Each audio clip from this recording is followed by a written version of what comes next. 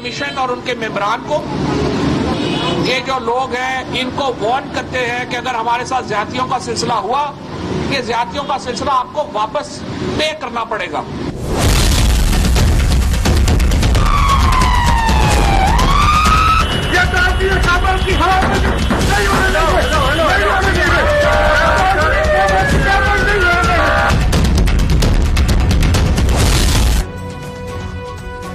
Lahore high court PTI अॻवान फवाद चौधरी की गिरफ़्तारी के गैर कानूनी करार ॾियण खां इनकार करे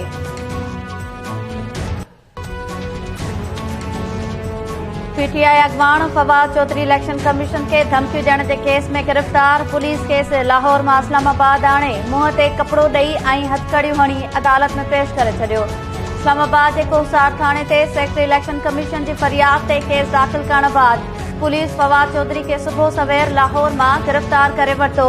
तिबी मुआइने ऐं राहदारी रिमांड बाद केस इस्लामाबाद आणे अदालत में पेश कयो वियो। 8 ॾींहनि जे जिस्मानी रिमांड जी इस्तदा। इलेक्शन कमीशन के वकील चयो त फवाद चौधरी एसीपी अमलदारनि ऐं संदसि घर भातियुनि खे धमकियूं ॾिनियूं। हिक मंसूबे तहत आइनी इदारे के टारगेट कयो पियो वञे।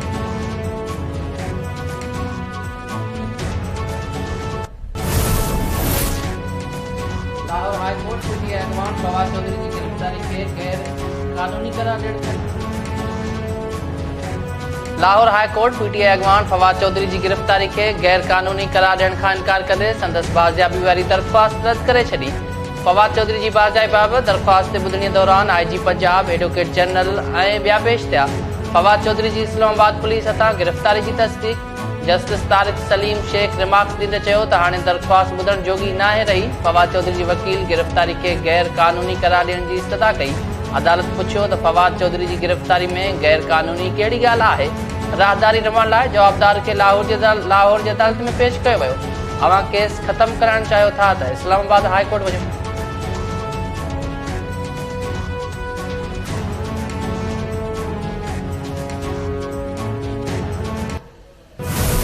मैं पहले इलेक्शन कमीशन से सवाल पूछता हूं, क्या आपको नहीं पता कि आपकी सबसे बड़ी जिम्मेदारी साफ और शफाफ इलेक्शन करवाना है? मैं सवाल ये पूछता हूं कि किस बेसिस पे आपने मोहसिन नकवी को चुना? किस बेसिस के ऊपर ये मोहसिन नकवी को आप लेके आए?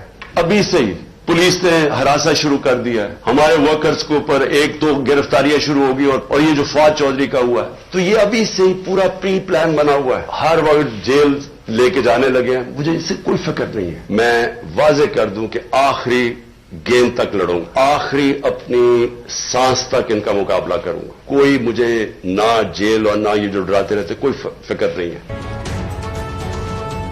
फवाद चौधरी जो कहिड़ो ॾोह हो? चीफ इलेक्शन कमिश्नर के मुंशी चवण ते किथे अहिड़ी कार्रवाई थींदी आहे? मुंहिंजो आवाज़ बंदि करण जी कोशिश कई पई वञे। मौत खे वेझो खां ॾिठो अथमि, जेल खां नथो डिॼा, आख़िरी दम ताईं मुक़ाबलो कंदुसि।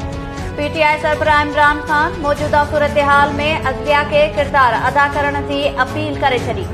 वीडियो लिंक ज़रिए ख़िताब कंदे इमरान खान चयो त मुल्क नाज़ुक मोड़ ते बीठल आहे। हाणे रुगो ॿ रस्ता आहिनि, हिकु ग़ुलामी क़बूल कजे, ॿियो रस्तो जिदोजहद करणु आहे। मोहसिन नकवी पंजाब जो निगरान वॾो वज़ीर थींदे ई कार्रवायूं शुरू करे छॾियूं आहिनि। अदलिया ऐं वकीलनि खे अपील कयां थो त अव्हां जो वक़्तु आहे, असांजे हक़नि जो तहफ़ुज़ कयो।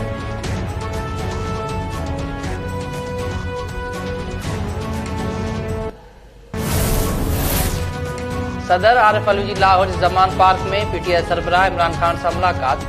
जरियन मूजिब फवाद चौधरी की गिरफ्तारी ऐं मुल्क की मजमूई सियासी सूरत हाल से ॻाल्हि ॿोल कई वई।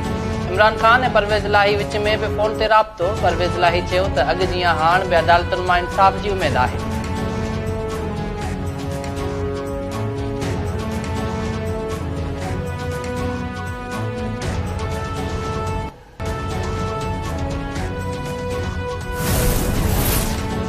इलेक्शन कमीशन खिलाफ ॻाल्हाइण बग़ावत आहे त पोइ इहा सभिनी खे करणु घुर्जे।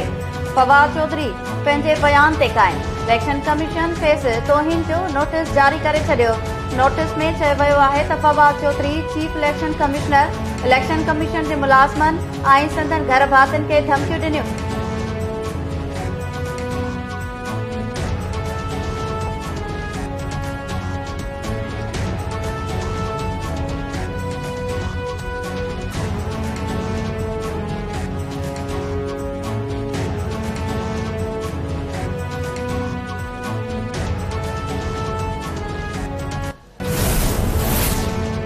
आईनी इदारनि जे सरबराहनि खे धमकियूं ॾियण मुल्क सां गदारी आहे। फवाद चौधरी रियासती इदारे जी तौहीन कई, संदसि ॾोह माफ़ी जोॻो न आहे। वफ़ाक़ी हुकूमत जो रद्द अमल। मरियम औरंगज़ेब चयो त Fawad Chaudhry chief election commissioner मुलाज़िमनि ऐं संदसि घर भातियुनि खे धमकियूं ॾिनियूं। संदसि गिरफ़्तारी सियासी न आहे। ईअं करणो हुजे हा त PTI जा अहम अॻवान जेल में हुजनि हा। अता तारड़ चयो त फवाद चौधरी आईनी इदारनि जे सरबराहनि खे क़ब्र ताईं पहुचाइण जी धमकी ॾिनी। कंहिंजे ख़ानदान खे धमकियूं ॾियण जी इजाज़त नथी ॾेई सघिजे। निहाल हाशमी ऐं ॿिया अदालत तनक़ीद सबबि गिरफ़्तार थिया। फवाद चौधरी मुक़दस ॻऊं आहे त पोइ ॿियनि ख़िलाफ़ केस ख़तम कया वञनि।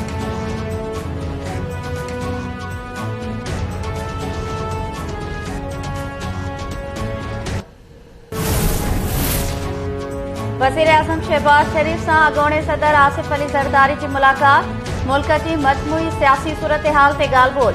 ज़रियनि मूजिबि मुलाक़ात दौरान पंजाब ऐं KP जी नंढियुनि चूंडनि बाबति ख़्यालनि जी ॾे वठि कई वई। मुलाक़ात में नाणे वारो वज़ीर साहब डार, सरदार अयाज सादिक, साद रफ़ीक ऐं सेनेटर सलीम मांडवीवाला बि मौजूद हुआ।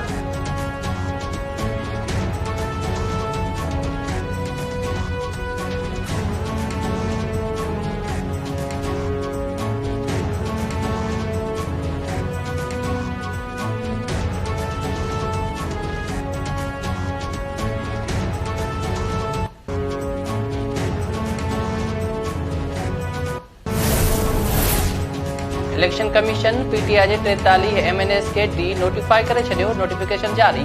क़ौमी असेंबली जूं जनरल सीटूं ख़ाली करार। 21 मख़सूस सीटनि खे बि ख़ाली करार ॾिनो वियो। क़ौमी असेंबली जे स्पीकर गुज़िरियल ॾींहुं PTI जे 43 मेंबरनि जूं इस्तीफ़ाऊं मंज़ूर कयूं हुयूं।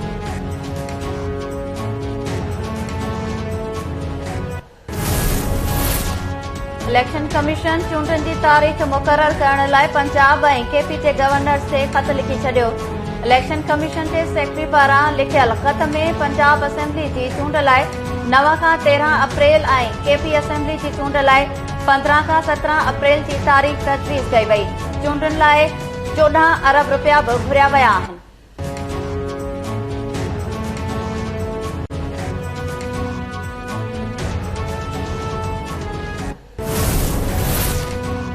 गडियल अरब अमारातुनि जो सदर शेख मोहम्मद बिन ज़ैद अल नहयान रहमयार खान पहुची वियो। वज़ीर आज़म शहबाज शरीफ संदसि इस्तक़बाल कयो। मुलाक़ात दौरान बितरफ़नि लाॻापनि समेत मुख़्तलिफ़ मामलनि ते ख़्यालनि जी ॾे वठि। UAE जे सदर वज़ीर आज़म सां ॻाल्हि ॿोल दौरान चयो त अवां तयारी कयो, असां पाकिस्तान में वॾी सीड़पकारी कंदासीं।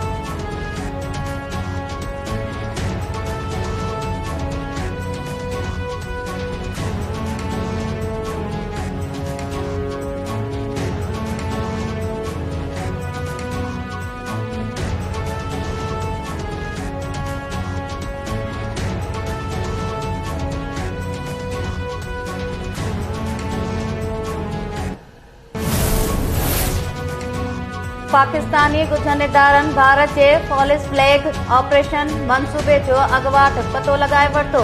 सुभाणे भारत जी जमहूरी ॾींहं ते वालारेल कश्मीर में मुबैना दरामज़ादी जो ड्रामो रचाए भारतीय पुलिस ऐं फ़ौज ज़रिए कार्रवाईअ जो मंसूबो ठाहियो वियो। भारत फॉलिस फ्लैग ऑपरेशन खे line of control ji Poonch sector वटि प्लान कयो हो। पाकिस्तानी इंटेलिजेंस इदारनि भारतीय मंसूबे जे 3 मुख्य किरदारनि भारतीय 93 इन्फेंट्री ब्रिगेडियर जे एजेंट बशीर, संदसि साथी आलम ऐं असलम जो बि पतो लॻाए वरितो। भारतीय एजेंट बशीर जो मक़ामी माण्हुनि सां गॾिजी आज़ाद कश्मीर जे पासे खां IDs लॻाए वालारेल कश्मीर में दाख़िल थियण जो प्लान जोड़ियो हो। भारतीय फ़ौज ऐं पुलिस जाली बरामदगी बि ज़ाहिर करे हैं। यूसीस की धांधली सिंध हुकूमत तस्लीम कर चुकी है। चले गलती तस्लीम कर चुकी है। शफाफ इलेक्शन कराना उसकी जिम्मेदारी है। वो ये नहीं कह सकते सिंध गवर्नमेंट ने कर दिया तो भाई आप क्यों बने में, आपका इदारा किस लिए बना हुआ है, आपने उस पर नजर क्यों नहीं रखी है, हमें आपके पास जाना क्यों पड़ा, आपने खुद कोई एक्शन क्यों नहीं लिया। कराची के अवाम के एहतजाज और उनके हक के खातिर हम निकले हैं। हम अवामी राय भी हमवार करेंगे और जो कुछ जमहूरी हक हमारा एहतजाज का है उसको हम इस्तेमाल करेंगे। फरवरी के पहले वीक में हमारा ये सिलसिला शुरू होगा।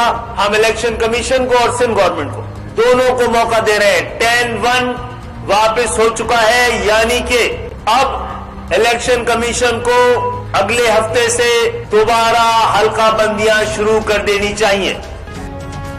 MQM चूंडनि खां अॻु तकबंदी न थियण जी सूरत में एहतजाज जो चिताव ॾेई छॾियो। ख़ालिद मक़बूल सिद्दीकी जो चवणु आहे त मकानी चूंडनि में सभिनी पार्टीज़ खे MQM खां घटि वोट मिलिया। सिंध हुकूमत ऐं इलेक्शन कमीशन खे तकबंदियुनि लाइ मौक़ो ॾेई रहिया आहियूं। ईंदड़ हफ़्ते तकबंदियुनि जो कमु शुरू न थियो त एहतजाज कयो वेंदो।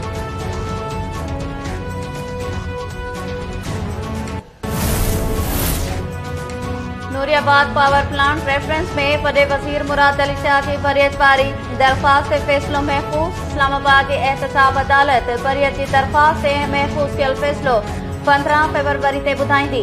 नेब मुराद अली शाह ख़िलाफ़ रेफरेंस ख़ारिज करण ऐं संदसि बरियत वारी दरख़्वास्त जी मुख़ालफ़त करे छॾी। सिंध हाई कोर्ट सखर बेज में बोर्ड मुतासिर जी वाह न थियण ख़िलाफ़ दरख़्वास्तुनि ते डायरेक्टर जनरल PDA में सेक्रेटरी आपाशी ऐं सेक्रेटरी पब्लिक हेल्थ खे 8 फ़रवरी ते तलब करे वरितो। जस्टिस सलाउद्दीन पंवर रिमार्क्स ॾींदे चयो त खीमा ग़ाइब आहिनि, मुतासिरनि जी वाह न पई थिए। बोर्ड दौरान फौत थी वियलनि जी वारसनि जी माली मदद कई वञे।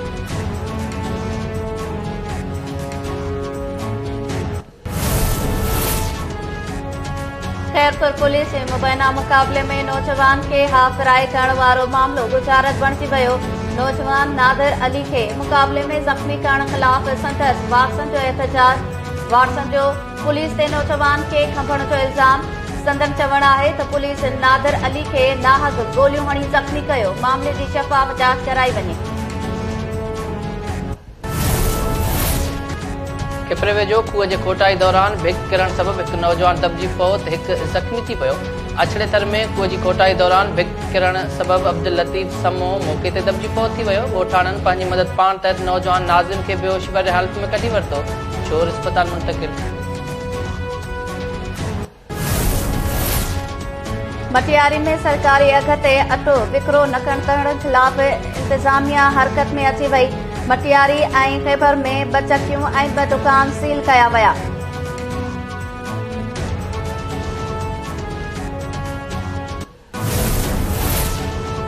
ठंड मोहम्मद खान वेझो ॻोठ पीर मदार शाह में बाहि लॻण सबबि 2 औरतुनि जा घर सड़ी रख थी विया। बचल मलाह ऐं रमज़ान मलाह जे घरनि खे बाहि लॻण सबबि संदन समूरो अलाह तला सड़ी खाक थी वियो। ॻोठाणनि पंहिंजी मदद पाण तहत बाहि ते ज़ाब्तो आंदो। बाहि मुतासिर ॻोठाणा सख़्त सीअ में खुलियल आसमान हेठि वेठल।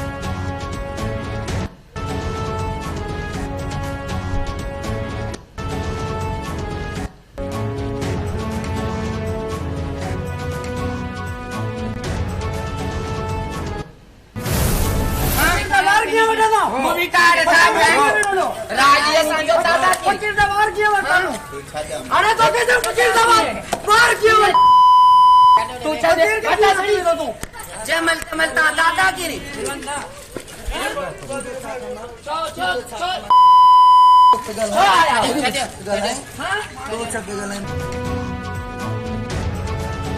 असांजे इलाइक़े में छो आया आहियो?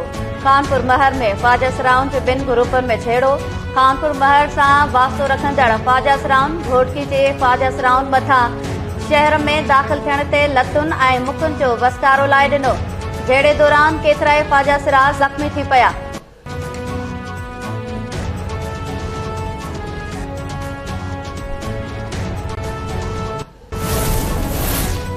सोन जे अघ में रिकॉर्ड इज़ाफ़ो। मुल्की तारीख़ में पहिरियों भेरो सोन जो फ़ी तोलो 1,90,600 रुपयनि जो थी वियो।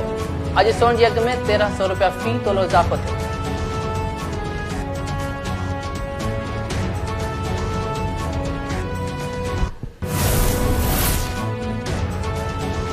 पुलवामा हमले खां पोइ 2019 में पाकिस्तान ऐं भारत एटमी जंग जे वेझो पहुची विया हुआ, जंहिंखे अमेरिका टारियो। अमरीकी अॻूणे परॾेही वज़ीर माइक पोम्पियो जी दावा। पंहिंजी लिखियल किताब नेवर गेव इन इंच में माइक पोम्पियो दावा कई आहे त शायदि दुनिया खे ख़बर नाहे त पाकिस्तान ऐं भारत फ़रवरी 2019 में एटमी जंग जे वेझो पहुची चुका हुआ, पर अमरीकी सिफ़ारतकारनि ॿिन्ही मुल्कनि खे इन करण खां रोकियो ऐं मामलो हल करायो।